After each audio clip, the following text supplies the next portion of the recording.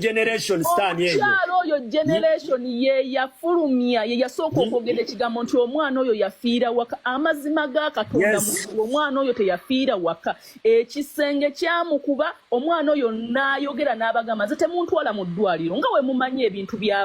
byabavubuka begumya ndo musawo ng'ayogera ng'agamba nti baamukeberanga buli kimu kyonna kiryokke okitegedde kati generation ojjawo obuyinza obugamba mbusimanyi omwana yafiira waka ng'omusawo interview ye akugamba nti omwana baamuleeta ne tumukeberanga buli kimu kyonna kiryokke bw'aba Alien Skin yakwebakako omulundi gumu manya tolemera ku muntu aina n'amabina bagakora sajjale ekyo amabina ge bagakora sajjale generation olabika ng'omukyala yasoma ategeera naye amagezi go matono kituufu okulabika nga ategeera buli omu alabika nga ategeera naye amala kubikula kamwa ne mulyoka muwulira nti tategeera mukazi gwe tosobola kwogera kigambo ng'ekyo bw'obanga oli mukwano gwa Alien Skin nga bw'ogamba buli muntu mukwano gwe bamulabira mu bizibu omuntu omala tuuka mu kizibu n'olyoka olaba abantu abatuufu abakwagala tosobola kola statement ng'eyo esobola kusibisa abantu bulamu bwabwe bwonna n'oyimirira ku platform gy'omanyi nti poliisi esiiba kuno ku TikTok poliisi esiiba ku TikTok kubanga TikTok kati essaawa zino ye platform erabibwa buli omu nga ne TV baazivaako balaba TikTok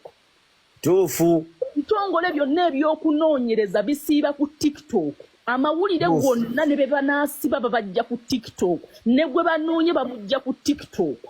tosobola kuyimirira mukazi gwe generations n'ogamba mbu omwana yafiiridde waka ng'okireyimi ng'ogamba nti Alien Skin mukwano gwo mbwera mmenge toddangamu twasamira gwe mukazi gwe osaana kufa sitaani gwe banaikwagala kikazi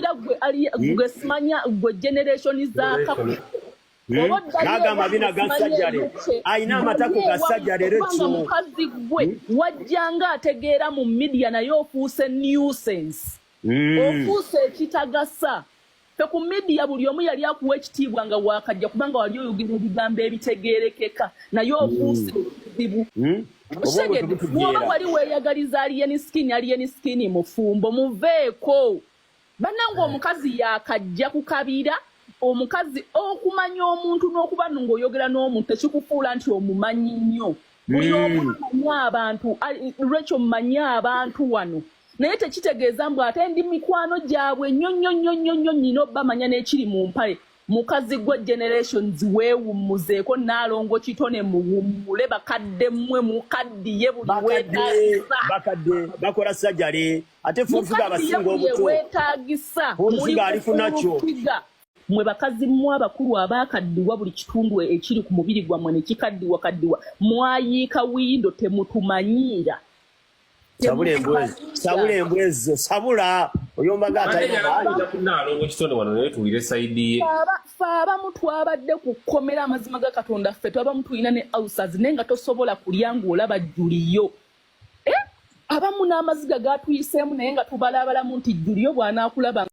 abantu bangi baagala okulaba nga abawabira Alien Skin emisango tuli mu kukola fayiro ezo zonna kusansominga amapoliisi mangi era tuli mu kuspendinga omuntu anyambyeko bamuyita bebeku era mwebazanye big size abo abaana balekyo bansanze tebana kye batamanyi noyo jobless ekinnuma omukazi avuddeyo n'agamba mbwaba munanyi mwana aganye okusinkana nakuta 7 million omwana mumulabe yawo ng'asayininga sente era twalwanyeganye nnyo okulaba ng'omwana oyo ajja okusayininga sente tusobole okugyayo omusango gwo kuba omusango gwo bandi bagufudde robale nga walaba gwa sipapa bagamba omanye okubbisa ekinobba nga tokosa ekiri kyamaanyi bagamba omwana bamufumita makansi emwa gino ne bagiyisaamu makansi ne bamuggyako n'essimu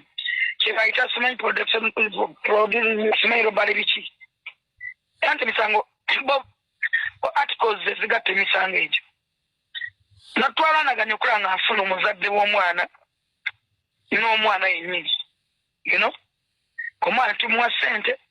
n'asayininga twava ku police ne bebe kulu sawa 5 ezekiro tugende kabalagala okusanga Julio ngandi na muwade navana ku kitanda ennaku 2 omukazi ajja anonya likes nakwata lawyer wange ne musasula my money my own money yaine emisango ne mugamba sindika y'abantu abalala omusango wa Alien so yakula dokwebaka nenkwata Alien nenkwata lawyer wange ne mugamba njagala ogende ku koto sabe production warrant ne bagimumma nenyimuka nengena nenda ba state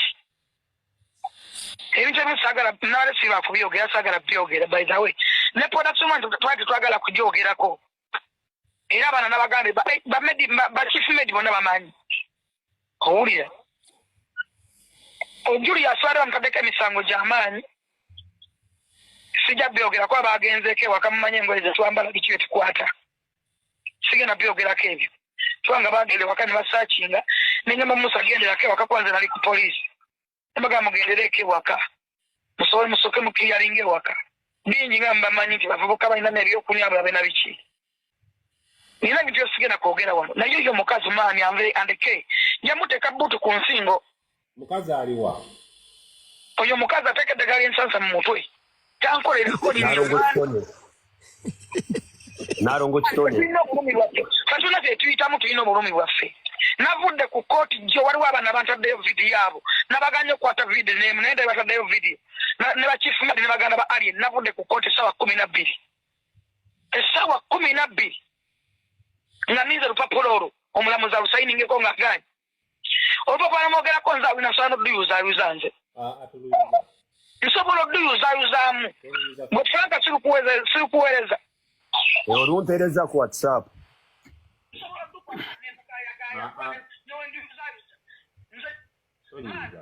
abantu balina kumanyira bantu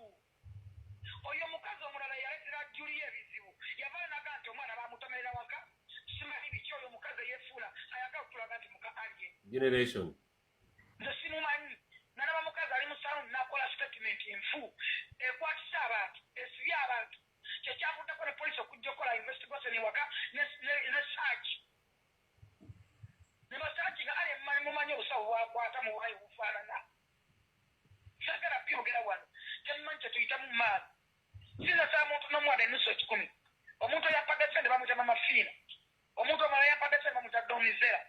omuntu omala yampadde sente $2 million bamuyita bebe cool netusasula omuvubuka oyo $7 million